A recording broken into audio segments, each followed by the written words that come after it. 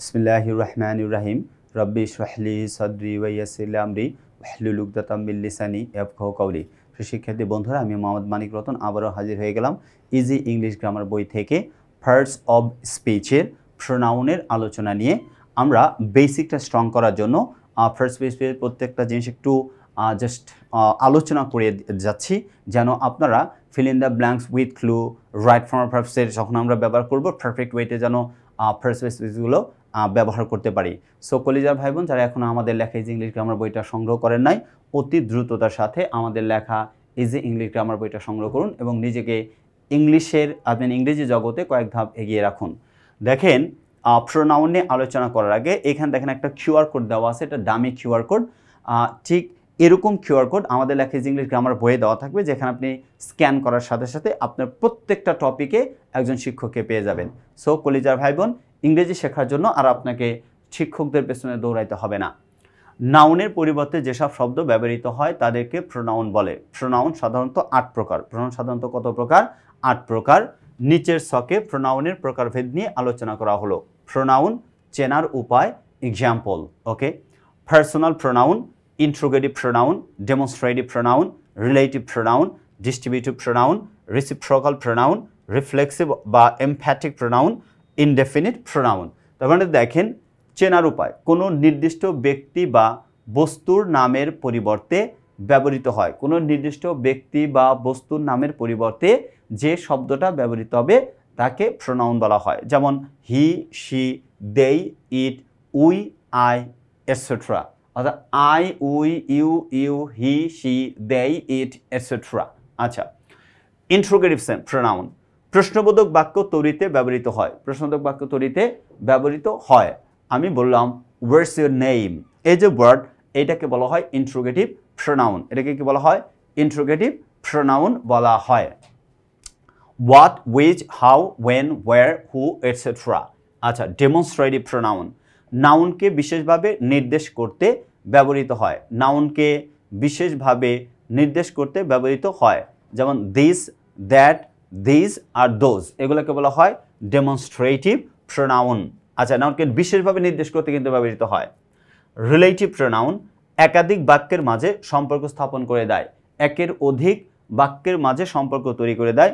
Who, whom, whose, which, that, etcetera. যেমন I saw a bird which was flying.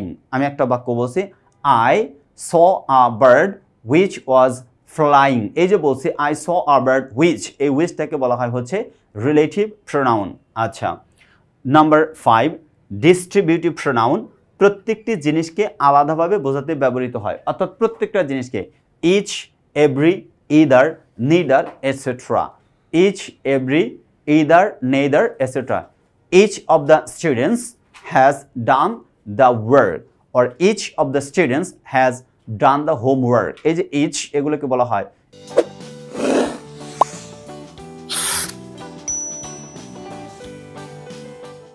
Each, এগুলোকে কি বলা হয়?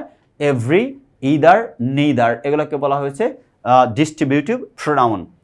রেসিপ্রোকাল প্রোনাউন কি প্রোনাউন? রেসিপ্রোকাল প্রোনাউন পারস্পরিক সম্পর্ক বোঝাতে ব্যবহৃত। Each other, one another, each other, one another. Now I am talking to you, but when we will be more than 5 or 10 students at a time or persons, when we will talk together, in that case we can say that we are talking on another. We are talking on another. You are talking one another. He is talking each other. মানে দুইয়ের মধ্যে হলে each other, দুইয়ের অধিক হলে one another। পারস্পরিক এই সম্পর্ক বোঝাতে one another, each other ব্যবহার করা হয়। রিফ্লেক্সিভ বা এমফ্যাটিক প্রোনাউন।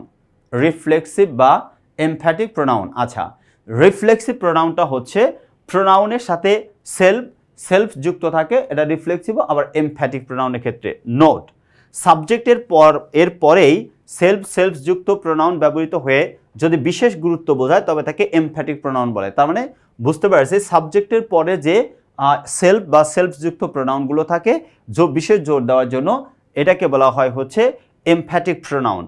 আর অন্যথায় সেলফ যুক্ত প্রোনাউনটি রিফ্লেক্সিভ প্রোনাউন হিসেবে কাজ করে, যেগুলো ভার্বের পরে বসবে।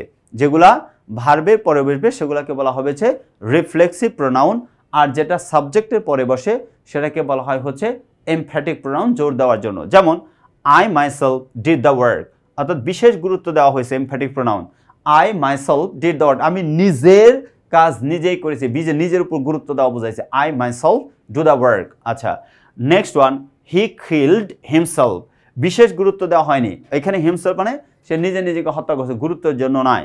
হি কিলড হিমসেলফ, এই যে হিমসেলফ এটাকে বলা হয় রিফ্লেক্সিভ প্রোনাউন। মনে রাখেন কলেজা ভাই বোন, ভার্বের পরে বসলে রিফ্লেক্সিভ প্রোনাউন, ভার্বের আগে ব্যবহৃত হলে ওটাকে বলা হয় এমফ্যাটিক প্রোনাউন, স্পেশাল গুরুত্ব দেওয়ার জন্য ব্যবহার করা হয়, অর্থাৎ স্পেশাল ইম্পর্টেন্স দেওয়ার জন্য ব্যবহার করা হয়ে থাকে। আচ্ছা, এরপরে আছে দেখেন ইনডেফিনিট প্রোনাউন। কি দেওয়া আছে?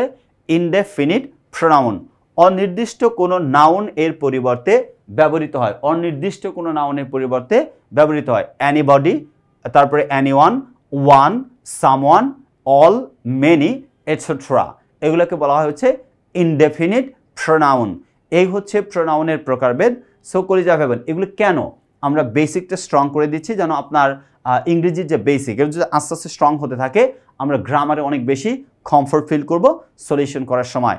এর জন্য আমরা প্রোনাউনের প্রকারভেদগুলো আলোচনা করে দিচ্ছি, চেনার উপায়ও বলে দিচ্ছি এক্সাম্পলের সহযোগিতায়। Hope so you will be benefited after watching this video. And see you in the next class. Till then, Allah Hafiz. Assalamu alaikum wa rahmatullahi wa barakatuh.